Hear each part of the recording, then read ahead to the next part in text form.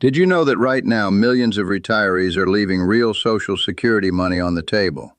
Not because they did anything wrong, but simply because nobody told them the rules. I'm talking about strategies that are sitting right there in the Social Security rule book. Legal, legitimate, available to you right now. But the SSA doesn't send you a brochure.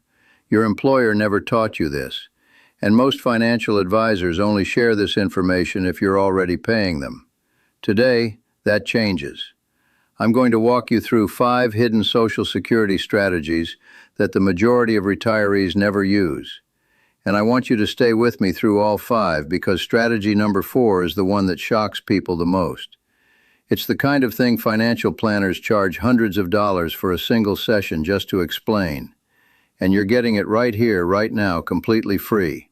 So grab a pen, sit down, and let's get into it. Before we talk about strategies, I need you to understand something important. Something most people don't realize until it's already too late. Social Security is not a fixed number. Most people think of it like a government paycheck. You worked, you paid in, and when you retire, you get your check. Simple. Done. But that's not how it works at all.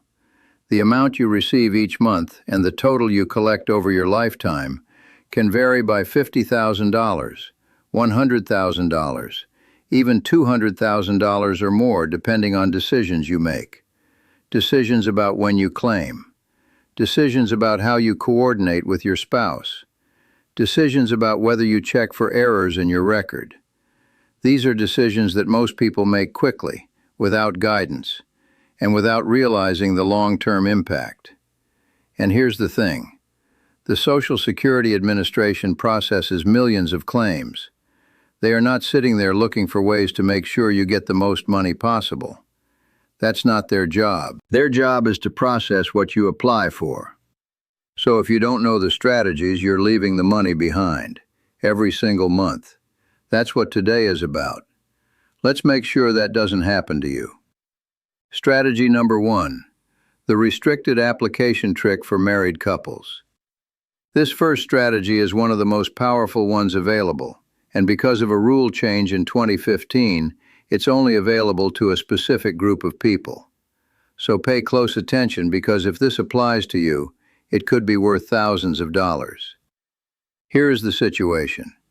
For most of Social Security's history, married couples had a strategy called file and suspend, combined with something called a restricted application. The rules changed in 2016 and eliminated most of this. But one piece was preserved for people who were already close to retirement at the time. If you were born on or before January 1st, 1954, you may still be eligible to file what's called a restricted application for spousal benefits only. Here is how it works. Instead of claiming your own Social Security benefit, you file a restricted application to collect only your spouse's benefit, the spousal amount you're entitled to based on their record. Meanwhile, your own benefit continues to grow.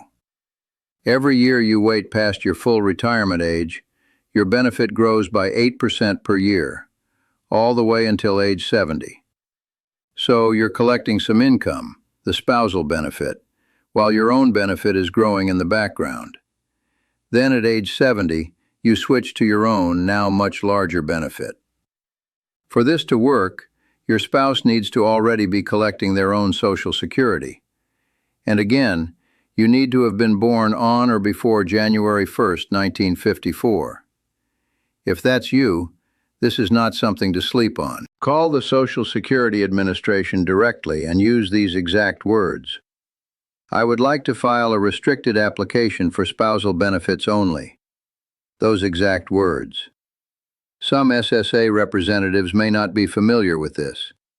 Be polite, be firm, and if needed, ask to speak with a supervisor. This is a real option. It's in the rules. You are entitled to it. The difference in lifetime benefits for couples who use this strategy correctly can be $30,000, $50,000, or more. It's one of the most valuable moves available, and the window to use it is closing as fewer people meet the birth date cutoff. Strategy number 2. Suspend your benefits even after you've already started collecting. This one surprises people every single time. Most people assume that once you start collecting Social Security, that's it. The decision is made. You're locked in. That is not true. If you are currently collecting Social Security and you have not yet reached age 70, you have the ability to voluntarily suspend your benefits. This is sometimes called a voluntary suspension, and it's a real option that's available to you right now. Here's why you would do this. Every month that your benefits are suspended, your benefit amount grows. Specifically, it grows by about 0.2% per month. That works out to 8% per year. These are called delayed retirement credits. So let's say you claimed at age 62 because you needed the income at the time. Life has changed. Maybe your health improved. Maybe your spouse is still working. Maybe you went back to part-time work. If you suspend your benefits now, say at age 66, and restart them at age 70, your monthly check at 70 will be significantly higher than it would have been if you just kept collecting. Now, there is an important thing to understand here. While your benefits are suspended, any benefits paid to family members on your record, like a spousal benefit, will also be suspended. So you need to factor that in before making this decision. But for the right person in the right situation, this is a powerful tool. And the fact that most people don't know it exists is exactly why so many retirees are collecting less than they should. If you think this might apply to you, call the SSA or go to ssa.gov and look into voluntary suspension. The key requirement is that you must be at or past your full retirement age, which is 66 or 67 depending on when you were born, and you must be under age 70. Strategy number 3. The do-over. Withdraw and reapply within 12 months. This strategy is different from the suspension we just talked about, and it has a very strict time limit. So if this applies to you, you need to act quickly. Here's the situation. Maybe you claimed Social Security recently. Maybe you claimed at 62 because you thought you needed to, or because someone told you to, or because you just didn't know your options. And now you're wondering, what if I had waited? Here is what most people don't know. The Social Security Administration allows you to withdraw your claim within 12 months of when you first became entitled to benefits. That's 12 months from your first payment date, not from today. If you withdraw within that window, it's as if you never filed. Your benefit resets. You give back the money you received, yes, all of it, and you're treated as if you never claimed at all. Then when you refile later at a higher age, you get the higher benefit. Now I know what you're thinking. Pay it all back? That sounds painful. And it is. But here's the math you need to think about. If claiming at 62 gives you $1,400 a month, and waiting until 67 gives you $2,000 a month, the difference is $600 a month, or $7,200 a year. If you pay back 12 months of benefits, let's say around $16,800, you break even in less than 3 years, and everything after that is pure gain. For someone who is healthy and expects to live into their 80s or beyond, this can be an enormous financial advantage. You only get to do this once in your lifetime. And again, the window is exactly 12 months from when you first became entitled, not a day longer. If this describes your situation, you need to look at the calendar right now. Strategy number 4. Maximize survivor benefits by timing who claims first. This is the strategy I mentioned at the beginning, the one that surprises people the most, the one financial planners charge for, and honestly, the one with the single biggest potential impact on a married couple's long-term financial security. Here is the core concept. When one spouse in a married couple passes away, the surviving spouse gets to keep the larger of the two Social Security benefits, but they lose the smaller one. Both checks do not continue, only one does, the bigger one. Most couples don't plan around this. They each claim based on their own timeline, their own needs, without thinking about what happens when one of them is gone. But here's the strategy. The higher earning spouse, the one with the bigger Social Security benefit, should delay claiming for as long as possible, ideally to age 70. Because the benefit they lock in at 70 is the benefit that survives. Let me give you a real example. Let's say the husband's benefit at 67 is $2,400 a month. If he waits to 70, that grows to about $3,000 a month. The wife's benefit is $1,400 a month regardless of when she claims. Scenario 1. Husband claims at 67. He gets $2,400. Wife gets $1,400. Total household, $3,800 a month. Husband passes away at 78. Wife keeps $2,400. She loses $1,400 permanently. Scenario 2. Husband waits to 70. He gets $3,000. Wife gets $1,400. Total household, $4,400 a month. Husband passes away at 78. Wife keeps $3,000. She loses $1,400 permanently. The surviving wife in scenario 2 has $600 more per month, every month, for the rest of her life. That's $7,200 a year. Over 15 years of widowhood, that's more than $100,000 in additional income. This is not a complicated strategy, but it requires one spouse to be willing to delay, sometimes for years, for the benefit of the other. And it requires the couple to plan together, not just independently. If you are married, have this conversation now, before retirement, before either of you claims. The timing of who claims first can be one of the most consequential financial decisions you ever make together. Strategy number 5. Check your earnings record for errors right now, before it's too late.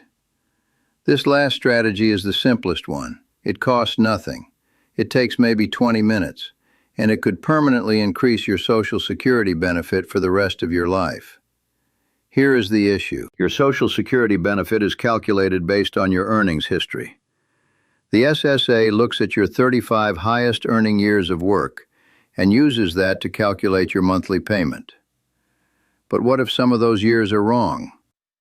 Errors happen. An employer files payroll records incorrectly. A name change after marriage creates a mismatch. Self-employment income gets misreported. A job from early in your career is missing entirely. These things happen more often than most people realize. And here is the critical part. If your earnings record is wrong, your benefit is wrong, lower than it should be. And once you're receiving benefits, correcting old errors becomes much harder, sometimes impossible. The fix is simple. Go to ssa.gov and create a My Social Security account if you don't already have one. It's free. Once you're logged in, you can view your complete earnings record, every year you worked and how much was reported. Go through it carefully. Look for years where you know you worked but nothing is showing. Look for years where the income seems too low. Compare it to your own records, old tax returns, W-2s, pay stubs if you have them. If you find an error, contact the SSA immediately and request a correction. Bring documentation. Be persistent. The process takes time, but correcting even 1 or 2 years of missing or underreported income can meaningfully increase your monthly benefit. This is one of those things that takes almost no effort but can have a real, lasting financial impact. Please do not put it off. So let's bring it all together. You now know 5 strategies that the Social Security Administration doesn't advertise, that most financial advisors don't bring up unless you ask, and that the vast majority of retirees will never use, simply because they didn't know. Let me give you a quick recap so you can write these down. Strategy number 1, the restricted application. If you were born on or before January 1st, 1954, and your spouse is already collecting, you may be able to claim spousal benefits while letting your own benefit grow until 70. Call the SSA and request a restricted application. Strategy number 2, voluntary suspension. If you've already claimed but haven't reached 70 yet, you can suspend your benefits to earn delayed retirement credits and increase your future monthly check. Strategy number 3, the 12-month do-over. If you claimed recently and regret it, you have exactly 12 months to withdraw your claim, pay back what you received, and restart later with a higher benefit. Check your calendar today. Strategy number 4, survivor benefit timing. The higher-earning spouse should delay claiming as long as possible, ideally to 70, because that becomes the survivor benefit. This decision alone can be worth $100,000 or more over a lifetime.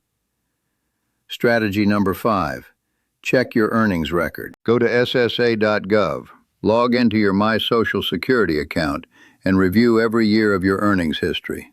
Find errors now while you can still fix them. These 5 strategies are not secrets, they're not tricks. They are options that exist within the system, options that are available to you right now. The only difference between people who use them and people who don't is information. And now you have it. If this video helped you, I would really appreciate it if you shared it with someone you care about, a sibling, a friend, a parent, anyone who is approaching retirement or already there. This information could genuinely change how much money they receive every single month for the rest of their lives. And drop a comment below. Tell me, which of these 5 strategies did you have no idea about? I read every comment and I would love to know. If you haven't subscribed yet, please do it now, because next week I'm covering something that affects every married couple. And most don't find out about it until it's already too late. It's about the financial penalties that hit widows and widowers the moment a spouse passes away. It's one of the most important videos I've ever made, and you don't want to miss it. Until then, take care of yourself, and I'll see you in the next one.